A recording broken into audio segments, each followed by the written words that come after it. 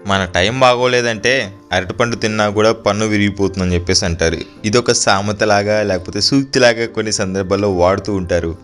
దీన్ని మీరు నమ్ముతారా?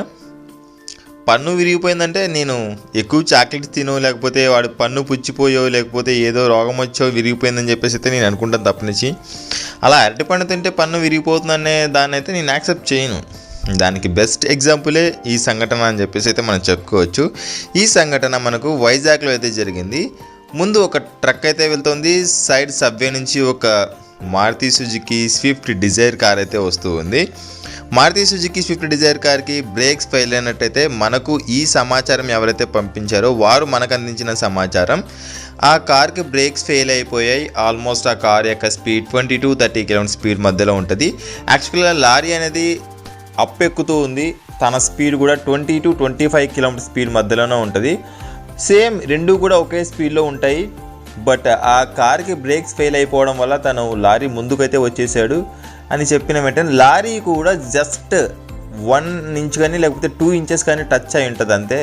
అలా టచ్ అయినప్పటికే ఆ కార్ యొక్క పరిస్థితి ఎలా అయిపోయింది చూడండి బ్రదర్, దానికి సంబంధించిన అవేర్నెస్ క్రియేట్ చేయండి అని చెప్పేసి అయితే మనకు వైజాగ్ నుంచి అయితే ఈ దృశ్యాన్ని ఈ ఫొటోస్ని అయితే మనకు పంపించారు.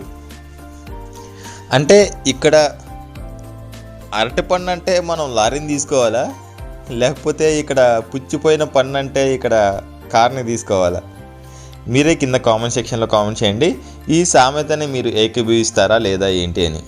అంటే మనం ఎన్నోసార్లు ఎన్నో రకాలుగా నేను చేస్తున్న వీడియోస్ని ఎంతోమంది బ్రదర్ మీరు మారుతి సుజుకి అంటే మీకు పడదు కదా, మిగతా కంపెనీస్ని ఏ మహేంద్రానో లేకపోతే ఏ టాటానో అయితే మీరు రికమెండ్ చేస్తారు, అలా వెనకేసుకొని వస్తారు అని చెప్పేసి.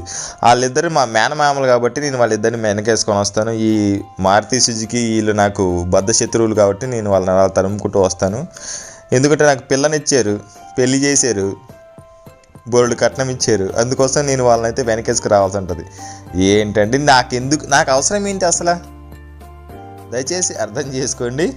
నేను ఏ కంపెనీకి వ్యతిరేకం కాదు, ఏ కంపెనీకి నేను అలా అని చెప్పేసి వాళ్ళకి డబ్బా కొట్టేసి నేను అంత చేసే విధానం కాదు. చూస్తున్న దృశ్యం ఏదైతుందో జస్ట్ ఆ లారీ టచ్ అయిన వెంటనే, అంటే ఏంటి, మన కారు మనం అప్లో ఉన్నప్పుడు బ్రేక్ జస్ట్ అలా రిలీజ్ చేస్తే ఎంత వెనక్కి వెళ్తుంది, అంత వెనక్కి వెళ్ళే అంత గ్యాప్లో మాత్రమే ఆ కార్ అనేది ఆ ట్రక్ టచ్ అయినప్పుడు ఆ కార్ పరిస్థితి ఎలా ఉందో ఏంటో మీరే మీ కళ్ళతో మీరే చూస్తున్నారు. అంటే ఈ కారు యొక్క బిల్ట్ క్వాలిటీ నేను ఇంకా నా నోటి నుంచి మాటలు రావట్లేదు బాబు. ఎన్నిసార్లు చెప్పాను, లేకపోతే ఎన్ని ఎగ్జాంపుల్స్ చెప్పాను, మీకు ఇంకా చూపించినా కూడా మీకు అర్థం కావట్లేదు.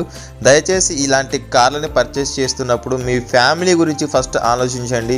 రైట్ ఫ్రెండ్స్, ఇలాంటి ఇన్సిడెంట్ మీ నోటీస్కి ఏమైనా వచ్చినట్లేదు కనుక ఇక్కడ స్క్రీన్ పైన కనిపిస్తున్న ఈ వాట్సాప్ నెంబర్కి నాతో పాటు షేర్ చేసుకోండి. And thanks for watching. Bye bye. Seat belt ధరించండి, హెల్మెట్ ధరించండి, సురక్షితంగా ప్రయాణించండి. బోలో భారత్ మాతాకి జై.